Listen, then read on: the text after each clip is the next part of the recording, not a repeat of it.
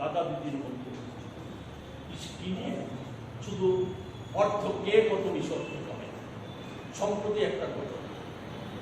সম্প্রতি একটা ঘটনা এই রাজ্যে ক্রিকেট অ্যাসোসিয়েশন নিয়ে সংঘর্ষ হয়েছে দুই গোষ্ঠীর মধ্যে, এক দাদার গোষ্ঠী আর দুই গোষ্ঠীর মধ্যে সংঘর্ষ হয়েছে। কি বিষয় কি শুধু নিছক কমিটি নয়। কি অভিযোগ এক গোষ্ঠী আরেক গোষ্ঠীর বিরুদ্ধে অভিযোগ করেছে। কি অভিযোগ? টিআইটি ক্রিকেট গ্রাউন্ডে যে ফ্লাড লাইট লাগানো হয়েছে তার চাইতে একটা ফ্লাড লাইটের 3 গুণ বেশি টাকা সেখানে এমবিবি স্টেডিয়ামে ফ্লাড লাইট লাগানো হয়েছে। এই অর্থ নেওয়া হয়েছে প্রয়োজন। আজকে কোথায়? আজকে আদালত হস্তক্ষেপ করে দুই গোষ্ঠীকে মিলিয়ে দিয়েছে। সেখানে আজকে সে সমস্ত অভিযোগ থামাতে হবে। কিন্তু আমরা কি এগুলি মেনে নিতে পারি? আমরা এই সমস্ত কিছু মেনে নিতে পারি। আমরা তাই এখানেও আমরা গোটা দেশে যেমন আওয়াজ করেছি, আমরা অবিলম্বে সেখানে সিএজি রিপোর্ট এবং অবিলম্বে সেন্ট্রাল ভিজিলেন্স কমিশনের রিপোর্ট, সেই রিপোর্ট নিয়ে সরকারি পর্যায়ে তদন্ত করে দোষীদের চিহ্নিত করে সেখানে তাদের বিরুদ্ধে ব্যবস্থা গ্রহণ করতে হবে এবং এই ব্যবস্থা এখানে আমরা দাবি করছি।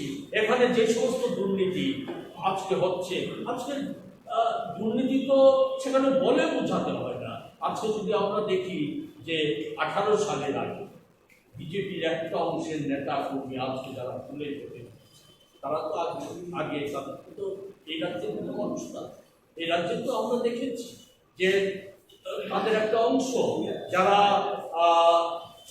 রাত্রিতে ঘুমাবে করে আকাশে তারা ঘুরতে পারে, আজকে তারা বিশাল বিশাল অট্টালিকা, গাড়ি বাড়ির মালিক হয়েছে, কোটি কোটি টাকার ব্যাংক ব্যালেন্স হয়েছে। সেই সমস্ত কিছু আজকে প্রতীয়মান হচ্ছে। ফলে এই সমস্ত ঘটনার পরিপ্রেক্ষিতে আমরা দাবি করছি অবিলম্বে যদি সুশাসনের কথা সত্যি হয়, যদি স্বচ্ছ মুখ্যমন্ত্রী স্বচ্ছতার কথা বলে বেড়ান, একথা যদি সত্য বলে নির্ধারিত করতে হয়, তাহলে অবিলম্বে যে সমস্ত অভিযোগগুলি দপ্তরগুলির কথা উল্লেখ করা বা বিভিন্ন মাধ্যমে প্রচারিত হচ্ছে, আজকে সেই সমস্ত দপ্তরে যে সমস্ত সেগুলি তদন্ত করতে হবে। তদন্ত করে দোষীদের চিহ্নিত করে অবিলম্বে তাদের বিরুদ্ধে ব্যবস্থা। এই হচ্ছে আমাদের মূল দাবি। এই দাবি নিয়ে আজকে আমরা সেখানে এই সাংবাদিক সম্মেলনে আমরা মিলিত হয়েছি। এটাই হচ্ছে আমাদের তুলে ধরার আপনাদের বাকি যদি কোনো বিষয় ব্লক করে থাকে সেখানে আমার সহযোগী বন্ধুরা আছে, তারা আছে, ওনারা সিএজি রিপোর্ট প্রকাশিত হওয়ার পরপরই ভিজিলেন্স কমিশনের সিবিসি আরেকটা পয়েন্ট উল্লেখ করতেই হয়। আমাদের এই 7টা বিষয়ের মধ্যে আরেকটা গুরুত্বপূর্ণ বিষয় ছিল, সেটা হচ্ছে যে বিধবা মায়েরা, বিকলাঙ্গ ভাই বোনেরা, তাদের জন্য যে পেনশনের টাকা, সেই টাকার একটা বড় অংশের টাকা 19টা রাজ্যের টাকা ডাইভার্ট করে সেখানে মোদিজির প্রচারে, কেন্দ্রীয় সরকারের প্রচারে সেই টাকা ব্যয় করা হয়। এটা একটা বিরাট অঙ্কের, সেই টাকা ব্যয় করা হয়েছে। এটাও সিএজি রিপোর্ট উল্লেখ করেছে, বেনিয়ম দুর্নীতি বলে আখ্যায়িত করে এটাকে উল্লেখ করেছে। আমরা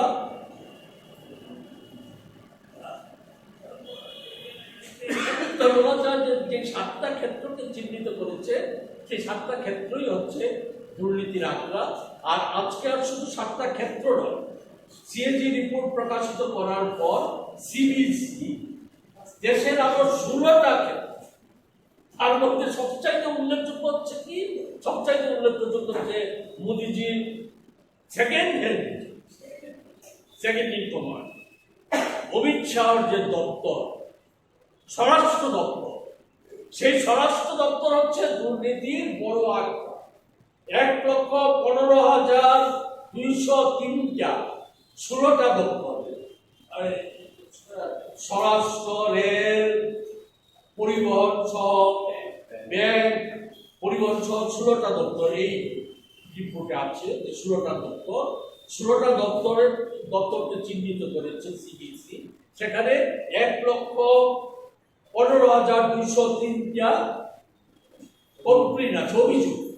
যে অভিযোগের মধ্যে 46,643টা অভিযোগ হচ্ছে বিভিন্ন কমিশন বাণিজ্য থেকে শুরু করে বিভিন্ন নিয়ম বিনিয়োগ, বিভিন্ন দুর্নীতি মিলিয়ে সে হচ্ছে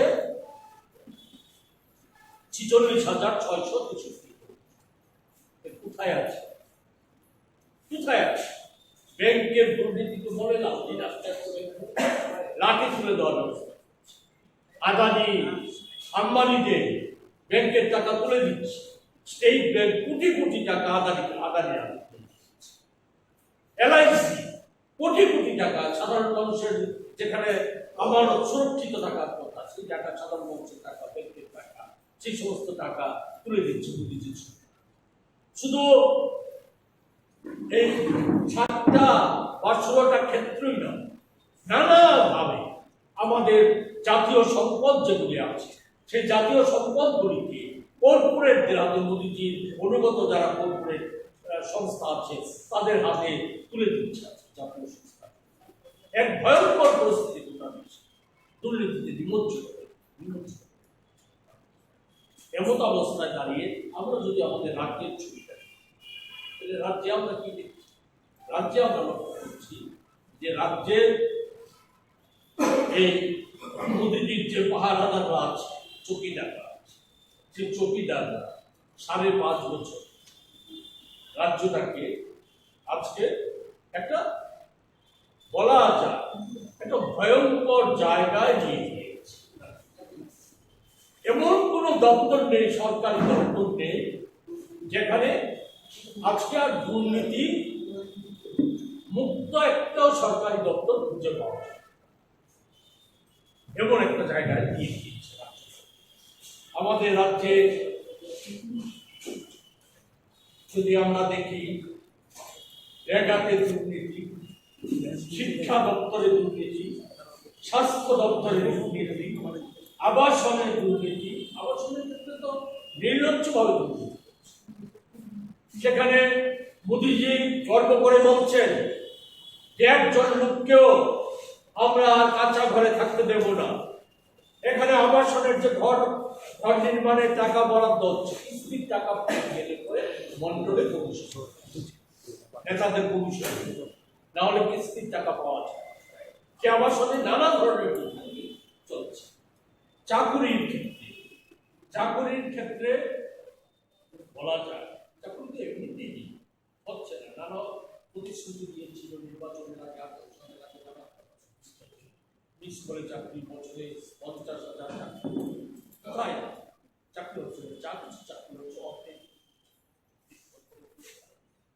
নেই।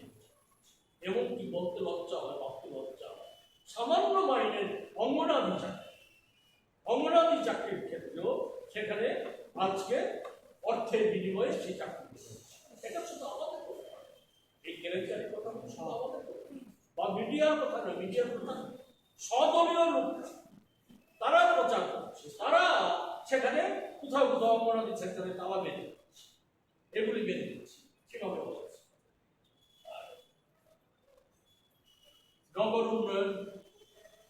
নগর উন্নয়নে স্মার্ট সিটি প্রকল্পে কোটি কোটি টাকার এয়ারপোর্ট সড়ক, জাতীয় সড়ক দিয়ে আমি একটি কথা বলবো, কিন্তু এয়ারপোর্ট সড়ক চোখের সামনে আগরতলা সড়ক, এয়ারপোর্ট সড়ক দিয়ে আমাদের কথা না, পত্রপত্রিকা উঠেছে, সরকার তারপর নিরিখে কিছু ব্যবস্থা গ্রহণ করতে বাধ্য হয়েছে। এয়ারপোর্ট সড়কে কোটি কোটি টাকা সেই দুর্নীতিতে নিমজ্জিত হয়েছে। আমাদের এখানে নেশা মুক্ত ত্রিপুরা করার কথা বলে আমাদের রাজ্যে অবাধে মদের লাইসেন্স বিতরণ। এই লাইসেন্স বিলির ক্ষেত্রে আমরা কি দেখি? লাইসেন্স বিলি করার ক্ষেত্রে আমরা দেখলাম যে সেখানে টাকার বিনিময়, অর্থের বিনিময়ে সেখানে মদের 14 সালে মোদিজির নেতৃত্বে আমাদের দেশে যে বিজেপি দলের সরকার প্রতিষ্ঠিত হয়, সে সময় আমরা একটা কথার সাথে পরিচিত হয়েছিলাম। প্রধানমন্ত্রী সগর্বে ঘোষণা করেছিলেন, না খাউঙ্গা না খানে দঙ্গা। সগর্বে আর ঘোষণা করেছিলেন যে দুর্নীতির সাথে যুক্ত যারা তাদের কাউকে রেয়াত করা হবে। প্রধানত তার পূর্বের যে ইউপিএ সরকার, মনমোহন সিংয়ের নেতৃত্বে যে ইউপিএ সরকার, সেই সরকারকে টার্গেট করে এই কথাগুলি বলেছিলেন যে কাউকে রেয়াত করা হবে। মনমোহন সিংয়ের সরকার যখন ছিল তখন বিজেপি সহ বিরোধী দলগুলো পার্লামেন্টের ভেতরে এবং বাইরে দুটা দেশ তারা নানা দুর্নীতির অভিযোগ উত্থাপন করেছে এবং সিএজি, তৎকালীন সিএজির যিনি প্রধান ছিলেন, তিনি স্পেকট্রাম নিয়ে একটা অনুমান রিপোর্ট, হাইপোথিক্যাল একটা রিপোর্ট প্রকাশ করেছিলেন, যে এতে সরকারি অর্থ অপচয় হয়েছে 900। পরবর্তী সময়ে সিএজি দেখেছে এটা এবং অন্যান্য সংস্থাগুলো তারা বিচার বিবেচনা এটা সম্পূর্ণ অনুমান নির্ভর ছিল। এই অভিযোগ সত্য নয়। যাদের বিরুদ্ধে, যে সমস্ত মন্ত্রী সভার সদস্যদের বিরুদ্ধে যে অভিযোগ আনা হয়েছিল, এগুলি ভুল প্রমাণ। শুধু তাই না, আমরা যদি দেখি এই 9.5 বছরে মোদিজি বারবার হুঙ্কার দিয়েছে নানাভাবে। সেখানে CBI, ED, enforcement, income tax তাদেরকে দিয়ে বিরোধীদের দুর্বল করার চেষ্টা। কিন্তু ইউপিএ সরকারের সময়টা যে সমস্ত মন্ত্রীদের বিরুদ্ধে বিভিন্ন অভিযোগ তোলা হয়েছিল, 9.5 বছরে তাদের কারোর কোনো সাজা হয়েছে, কারোর কোনো দোষ চিহ্নিত হয়েছে এমন কোনো নজির খুঁজে পাওয়া যায়। কিন্তু 9.5 বছরের মধ্যে আমরা অনেক নূতন অভিজ্ঞতা সঞ্চার আমাদের হয়েছে। না খাউঙ্গা না কানে দঙ্গা। চৌকিদাররা শুধু দিল্লিতে নয়, রাজ্যে রাজ্যে চৌকিদাররা বলা যায় গোটা দেশটাকে দুর্নীতির আখড়ায় পরিণত করেছে। এটা আমাদের শুধু অভিযোগ। আমরা কংগ্রেস দল করি বলে আমরা অভিযোগ করছি। এই অভিযোগটা আমি সম্পূর্ণ উদাহরণ দিতে গেলে তো মহাভারত, আমি সম্পূর্ণ সব উদাহরণ দিতে চাই না। এই অভিযোগটা সম্প্রতি যারা করেছে, সিএজি এবং vigilance commission of India, CVC, central vigilance commission, যে রিপোর্ট প্রকাশিত করেছে, সেই রিপোর্টের কিছু অংশ আমি আপনাদের সিএজি রিপোর্টের যিনি প্রকাশিত করেছেন, সিএজি গিরিশ চন্দ্র মুর্মু, উনি বিজেপির একজন আস্থাভাজন, বিশেষ করে নরেন্দ্র মোদীজি যখন গুজরাটের মুখ্যমন্ত্রী ছিলেন, উনি তখন সেখানে গুজরাটকে দাবিয়ে বেরিয়ে গেছিলেন। গুজরাটের উনি তখন মন্ত্রিসভায় না থেকেও সেকেন্ড বেঞ্চ। সেই গিরিশ চন্দ্র মুর্মু যে রিপোর্ট প্রকাশিত করেছে, সেই রিপোর্টে 7টা ডিপার্টমেন্টকে চিহ্নিত। এই 7টা ডিপার্টমেন্ট নানা হাজার হাজার কোটি টাকা, বলা যায়, এক কথায় বলা যায় যত কোটি টাকা দুর্নীতি তথ্য উনি প্রকাশিত করেছে, তা ভারতের অতীত ভারতে, স্বাধীনোত্তর ভারতে সমস্ত ইতিহাসকে ম্লান করে এত বিরাট মাত্রায় দুর্নীতি সংঘটিত হয়েছে। ভারত মাতা প্রকল্পে যে ভারত মালা যে প্রকল্পে 70 থেকে 75 কিলোমিটার রাস্তা সম্পন্ন হওয়ার কথা ছিল, সেখানে আমরা দেখেছি 1 কিলোমিটারের জন্য বরাদ্দ ছিল 15,37,00,000 টাকা। 1 কিলোমিটার রাস্তার জন্য বরাদ্দ ছিল। সেখানে যে খরচ দেখানো হয়েছে, সে খরচ হয়েছে 32,17,00,000 টাকা পার কিলোমিটার। 32,17,00,000 টাকা। এবং সবচেয়ে মজার বিষয় হচ্ছে এই রাস্তা নির্মাণের জন্য, ভারতমালা প্রকল্পে রাস্তা নির্মাণের জন্য মশলার দায়িত্বে হাম্বাই গ্রুপ। গুণমানে সেরা, রান্নার ভরসা হাম্বাই গুরু মশলা। সম্পূর্ণ প্রাকৃতিক, অপার গুণ ও উপকারিতায় পরিপূর্ণ হাম্বাই গুরু মশলা। যদি কেমিক্যাল ফ্রি, কালার ফ্রি, প্রকৃত স্বাদের মশলা খেতে চান, তবে আপনার রান্নাঘরে চাই হাম্বাই গুরু মশলা। রান্নায় শুধুমাত্র তোমাকেই চাই হাম্বাই গুরু মশলা।